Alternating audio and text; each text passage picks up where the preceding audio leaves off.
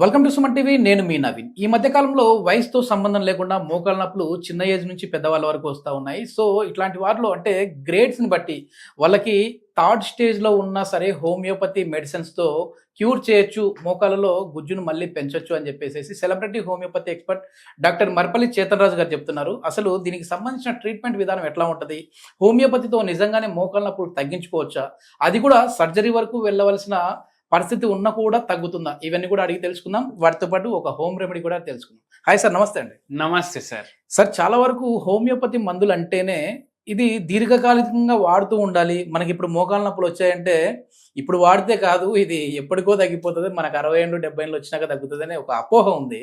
So మోకాళ్ళ నొప్పుల్ని surgery వరకు వెళ్ళే వాటిని కూడా మీరు రియల్ టైమ్ ఎక్స్పీరియన్స్లో తగ్గించారు. అది ఎట్లా సాధ్యం అంటారు? అన్నిటికన్నా ఇంపార్టెంట్ ఏముంటుంది తెలుసా మీకు? ఓపిక. ఓకే. మళ్ళా సెకండ్ ఏంటంటే భరోసా.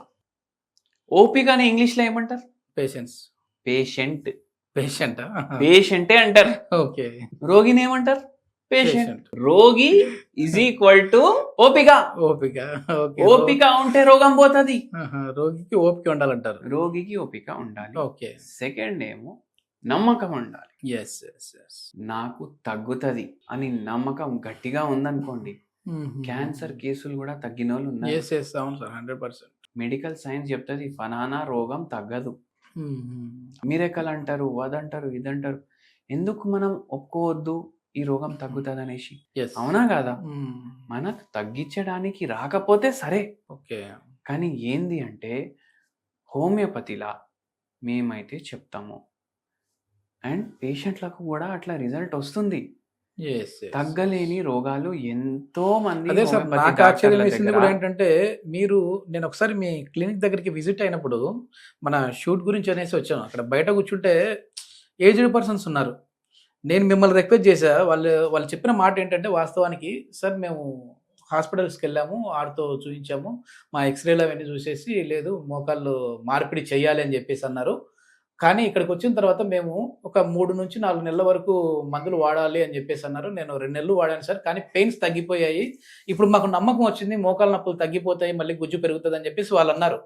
నేనేమన్నానంటే మీతోటి, సార్ ఒక టెస్ట్ మనీ తీసుకుందాం అని చెప్పేసి అడిగితే, లేదండి నా పేషెంట్ని అట్లా రివీల్ చేయడం కూడా నాకు ఇష్టం లేదని చెప్పేసి అన్నారు. ఇప్పుడు వరకు ఏ పేషెంట్ కి నేను చూపించలేదు, ఏ పేషెంట్ కి చెప్పమని కూడా చెప్పలేదు. అవును సార్, అదే నేను ఆశ్చర్యపోయింది ఏంటంటే, మరి అంత ఇప్పుడు అతని వయసు కూడా నియర్లీ 63, 64 అట్లా ఉంటుంది అనుకుంటా ఉన్నా. సో అట్లాంటి వాళ్ళకి మోకాళ్ళ మార్పిడి చేయాల్సిన పరిస్థితి వచ్చినప్పుడు కూడా మెడిసిన్స్ తో తగ్గాయి. మీకు ఒక ఫెంటాస్టిక్ కేసు చెప్తా సార్ నేను. ఒక పేషెంట్ కి రుమటాయిడ్ ఆర్థరైటిస్ ఉండే. ఓకే. ఎన్నో ఏండ్ల నుంచి ఉండే. మళ్ళా దాని తర్వాత అరుగుదల కూడా స్టార్ట్ అయింది. ఓకే. ఆల్రెడీ ఒక రకం ఆర్థరైటిస్ ఉంది, ఇంకో రకం ఆర్థరైటిస్ వచ్చింది ఆ పేషెంట్ కి. ఓకే. మోకాళ్ళకు టీకేఆర్ చేయాలి చెప్పింది. ఓకే. ఓకే. అంటే టోటల్ నీ రీప్లేస్మెంట్ చేయాలి. పేషెంట్ ఏమన్నారు తెలుసా మనకు? నాకు డాన్స్ అంటే చాలా ఇష్టం, ఓకే, భరతనాట్యం చాలా ఇష్టం ఉండే ఆ పేషెంట్ కి, చేస్తుండే కూడా. అది చేయించుకుంటే నాకు చేయనీకి వస్తుందా రాదా? ఓకే. ప్యాషన్ కోసం నేను ఏమైనా చేస్తా, మోకాలు ఇయ్య. ఓకే. ఓకే. కావాలి నా మోకాలు నాకు. కానీ రుమటాయిడ్ ఆర్థరైటిస్ వల్ల ఎంతో తగ్గిపోయింది కదా ఆ పేషెంట్ది డాన్స్. చాలా నొప్పి ఉంటుంది. ఏమంటున్నారు? మార్నింగ్ లేస్తా, కాళ్ళు కింద పెడితే మార్నింగ్ స్టిఫ్నెస్ అంటారు. ఓకే. ఆ టైర్లు ఉంటాయి కదా, చల్లగా ఉంటాయి ఒక్కొక్కసారి, అది ఇట్లా ఏదో బుల్లెట్ కొట్టినట్టు ఉంటుంది నా కాళ్ళు. అంత నొప్పి ఉంటుంది. నిల్చోడానికి ఫస్ట్ ఒక 10 అడుగులు నేను బాత్రూమ్ వరకు పోయినప్పుడు వరకు కట్ టక్ టక్ టక్ టక్ సౌండ్లు వస్తాయి మొత్తం. ఓకే. ఓకే. మళ్ళా దాని తర్వాత ఎంతో సేపు తర్వాత నేను జర ఛాయ్ తాగినాక కూసున్నాక జర్రా ఫ్రీ అవుతాయి. ఓకే. పూజ కూడా చేసుకోలేకపోతున్నా సరిగా. రుమటాయిడ్ ఆర్థరైటిస్ తగ్గదు అంటారు. ఓకే. ఆటో ఇమ్యూన్ డిజార్డర్ తగ్గదు అంటారు. హోమియోపతి మెడిసిన్స్ తోటి తగ్గుతున్నాయి. ఎంతో మంది ఇప్పుడు ఒక్కరికి తగ్గితే వాళ్ళు ఒక 20-30 మందిని పట్టుకొని వస్తారు. అయితే అంత ప్రభావకరమైన మెడిసిన్ హోమియోపతి మెడిసిన్. మళ్ళీ ఇంకోటి ఏంటంటే, ఈ పేషెంట్కి రుమటాయిడ్ ఆర్థరైటిస్ వచ్చింది కదా, ఒక 20 ఏళ్ళు అవుతుంది వచ్చి. ఏంటంటే నేను అడిగిన, మీకు టెన్షన్ ఏముంది? ఎంతో మంది ఫీమేల్ పేషెంట్స్ ఇదే కారణం చెప్తారు. అండ్ ఎంతో మంది ఫీమేల్ పేషెంట్స్కి ఎవరికైతే ఈ ప్రాబ్లం ఉంటది కదా, వాళ్ళకి మ్యారేజ్లో ఏదో ప్రాబ్లం అయింది. ఓకే. ఈ పేషెంట్ ఏమన్నారు తెలుసా, మా హస్బెండ్ నాతో మాట్లాడారు. ఓకే. పిల్లలు ఉన్నారు, వాళ్ళ పనులు చేస్తుండే, నేను పిల్లలు స్కూల్కి పోతుండే, మా హస్బెండ్ అంటే మాకు అట్లా అయిపోయింది రిలేషన్. ఇంకా మాటలు లేవు, గీతలు లేవు, ఏం లేవు. వాళ్ళ వరకు వాళ్ళది, వీళ్ళ వరకు వీళ్ళది అన్నట్టు. అట్లా అయిపోయింది. ఏముంది ఇంకా లైఫ్. నాకు ఏం కావాలి, మా ఆయన నాతో కూర్చొని మాట్లాడాలి. ఓకే. కానీ ఇప్పుడు ఆయన ఏమంటారు, అరే ఎవరు సంపాదిస్తారు, ఈ స్కూల్ ఫీజులు ఏడికెళ్ళి పోతాయి, పండగకు వస్తే చీరలు ఏడికెళ్ళి వస్తాయి అని ఆయన మాట అంటారు. ఓకే. వాళ్ళ ఆయన కూడా అక్కడే ఉండి ఏమని మాట్లాడాలి అనేసి అడుగుతున్నారు ఆయన. ఓకే. ఇప్పుడు జాతకాలు కలుపుతారు కదా, ఎందుకు కలుపుతారు, వీళ్ళ తర్వాత కలిసి చక్కగా ఉంటారా ఉండరా అనేసి. అవునా కదా, అన్నిటికీ సైంటిఫిక్ రీజన్ ఉంటది. కొందరు నమ్మరు. అవునా కదా. అయితే ఏందంటే ఇప్పుడు వీళ్ళిద్దరికి ఇట్లా ప్రాబ్లం అవుతుంది. ఇప్పుడు అన్ని ఈ లగ్జరీ కావాలి, చీరలు కావాలి, బట్టలు కావాలి, పిల్లల స్కూల్ ఫీజులు కావాలి, తినడానికి తిండి కావాలంటే నేను పని చేయాలనేసి ఆయన అంటారు. ఓకే. మాటలు ఉంటే తిండి ఉండదు, తిండి ఉంటే మాటలు ఉండవు. ఓకే. ఏదో ఒకటి త్యాగం చేయాలి. పేషెంట్ ఏమంటారు, ఎన్ని త్యాగాలు చేయాలి, చిన్నప్పటి నుంచి త్యాగమే. ఓకే. ఇంగ్లీష్ మీడియం స్కూల్కి మా అన్నయ్యకి పంపించారు, నాకు తెలుగు మీడియం స్కూల్లో వేసారు. ఓకే. అప్పటి నుంచి త్యాగం చేస్తున్నా, మా లైఫే త్యాగం అయిపోయినట్టు అయిపోయింది అనేసి అన్న. ఓకే. ఇది బాధ. అంటే బాధ ఆ మొగుడుతోటి ప్రాబ్లం తోటి కాదు, చిన్నప్పుడే స్టార్ట్ అయినాయి. ఆ బాధలే రోగాలకు మారుతాయి. ఓకే. ఓకే. ఎందుకంటే ఇది తగ్గదు అనేసి అంటారు. మళ్ళా దానిపైన ఆస్టియోఆర్థరైటిస్, మళ్ళా భరతనాట్యం అంటే ఇష్టం, అది కూడా వదులుకోలేరు, ఆపరేషన్ వద్దంటున్నారు. మందులు ఇచ్చేసి పంపించినాం సార్, 4 నెలల్లో సగం నొప్పులు తగ్గినాయి. ఇంకా నొప్పులు తగ్గవు అనేసి చెప్పేసిర్రు, స్టెరాయిడ్లు వాడుతున్నారు, అవన్నీ ఆపేసినాం. ఓకే. ఓకే. హోమియోపతి మందుల ద్వారా నొప్పులు తగ్గినాయి. 3 ఏళ్ళు మందులు వాడిర్రు, ఆస్టియోఆర్థరైటిస్ తగ్గింది, సర్జరీ చేయించుకోలేదు, రొమటాయిడ్ ఆర్థరైటిస్ కూడా దేవుని దయతోటి అన్ని తగ్గిపోయినాయి. ఓకే. ఓకే. అట్లా ఉంటది హోమియోపతి మందు. అంటే ఇది ఏమన్నా ఏజ్ ని బట్టి ఉంటుందా సార్, అంటే ఈ ఏజ్ వాళ్ళకి ఈ ఏజ్ వాళ్ళకి అని అట్లా? ఆస్టియోఆర్థరైటిస్ ఒకటి, రొమటాయిడ్ ఆర్థరైటిస్ ఒకటి. ఆస్టియోఆర్థరైటిస్ ఎన్నో ఏండ్ల మన పడే కష్టాల వల్ల వస్తుంది. ఎట్లా కష్టాలు పడతాం, టీవీ చూస్తాం, ఎక్సర్సైజ్ చేయము, తిండి బయట తింటాం, నైట్ మొత్తం కూర్చొని వెబ్ సిరీస్, ఎంత కష్టపడుతున్నాం మనం. No physical activity. మీరు ఏదో కష్టాలు అంటే నిజంగానే కష్టాలే అనుకున్నా, అంటే ఇట్లా మన బాడీని సుఖపెడుతూ మనం కష్టాలు కొని తెచ్చుకుంటాం. కష్టాలు సార్ ఇవి అన్ని, ఎంత పెద్ద కష్టాలు. అవునా కదా, బ్యాటరీ అయిపోయింది రిమోట్, పరేషాన్ అయిపోతాడు మనిషి.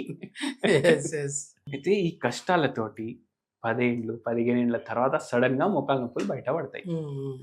రుమటాయిడ్ ఆర్థరైటిస్ ఎట్లుంటదంటే, ఈ కష్టాలున్నా ఉండకపోయినా నష్టాలు ఇక్కడ ఉన్నాయి అనుకోండి, జెనెటిక్ ఫ్యాక్టర్ ఉంది అనుకోండి, సడన్ గా వస్తుంది. ఓకే. ఓకే. ఇప్పుడు ఈ పేషెంట్ ఏమన్నా, ఎన్ని రోజులు భరించాలి నేను ఈ పరేషానీలు, ఈ పరేషాని ఇక్కడ భరించి సడన్ గా ఒక రోజు వచ్చేస్తుంది. ఓకే.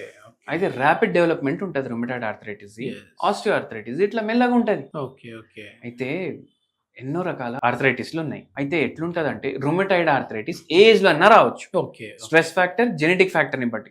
ఆస్టియోఆర్థరైటిస్ 30, 40, 50కి స్టార్ట్ అవుతుంది. ఓకే. ఓకే. అట్లా ఉంటది. మొత్తానికి ఏ ప్రాబ్లం ఉన్న వాళ్ళకైనా సరే, మోకాళ్ళ నొప్పులు ఇట్లా బోన్ కి సంబంధించిన సమస్యలు ఏదైనా ఉన్నాయంటే మాత్రం హోమియోపతిలో ది బెస్ట్ మెడిసిన్స్ ఉన్నాయంటారు. ఓకే సార్, మనం ఇంట్రొడక్షన్ లో అనుకున్నట్లుగా ఒక హోమ్ రెమెడీ, ఎందుకంటే చేతన్ రాజు గారు అంటేనే హోమ్ రెమెడీ అనేది ఎక్స్పెక్ట్ చేస్తూ ఉంటారు. సో సింపుల్ హోమ్ రెమెడీ, ఇది ఒక సపోర్టివ్ మెడిసిన్ అని అంటూ ఉంటారు మీరు. సో ఈ మోకాళ్ళ నొప్పులు తగ్గడానికి ఎట్లాంటి హోమ్ రెమెడీ ఉంది? ఎటువంటి హోమ్ రెమెడీ ఉందంటే, జింజర్ వైన్ తెలుసా మీకు? జింజర్ వైనా? రెడ్ వైన్ విన్నా కానీ జింజర్ వైన్ విన్నారు కదా. జింజర్ వైన్ అని సెర్చ్ చేయండి. వేరే వాళ్ళు వేరే రెసిపీలు చెప్తారు, నేను ఇట్లా చేసుకోండి అని చెప్తా. వైన్ అంటే దీంట్లో ఆల్కహాల్ ఉండదు, అది కూడా మీరు గుర్తు పెట్టుకోండి. కొందరు సొంత వైద్యాలు చేస్తారు, అరే మోకాళ్ళ నొప్పులు ఉన్నాయా, ఆల్కహాల్ తో తగ్గుతున్నాయి నాకు అనేసి, వాళ్ళ అపోహ ఉంటది. అది సొంత వైద్యం కదా. మీకు మోకాళ్ళ నొప్పులు ఉన్నాయి, మీరు సింపుల్ గా ఏం చేయాలంటే, సొంటి హాఫ్ స్పూన్, హాఫ్ స్పూన్ తేనె, సొంటి పౌడర్ దంచుకోండి, దాన్ని పౌడర్ అయిపోతుంది అది. హాఫ్ స్పూన్ తీసుకోండి, హాఫ్ స్పూన్ మీరు తేనె తీసుకోండి, రెండు మంచిగా కలుపుకోండి. బాయిల్ చేయండి వాటర్, ఆ బాయిలింగ్ వాటర్ దీంట్లో వేయండి. కలుపుకోండి బాగా, 300 ml ఉండాలి. ఇది మీరు మార్నింగ్ డైలీ తాగండి. ఓకే. ఓకే. ఇది జింజర్ వైన్ అంటారు. ఏదో వైన్ అంటే ఏమన్నా ఆల్కహాల్ ఉంటదేమో అనుకున్నా. ఆ! కానీ కాదు. కాదు. ఓకే. ఓకే. డైలీ మార్నింగ్ తాగండి. హ్మ్. యాంటీ ఇన్ఫ్లమేటరీ ప్రాపర్టీస్ ఉంటాయి. యెస్. వాపులు తగ్గిపోతాయి. వాపులు తగ్గుతాయి. హ్మ్. వాపులు తగ్గితే మొబిలిటీ పెరుగుతది. ఇప్పుడు ఏమన్నారు ఈ పేషెంట్ కూడా ఇచ్చిన. ఏమన్నారు మార్నింగ్ లేవంగానే ఒక 10 అడుగులు నడవంగానే టక్కు టుక్కు సౌండ్ వస్తున్నాయి అనేసి. హ్మ్. హ్మ్.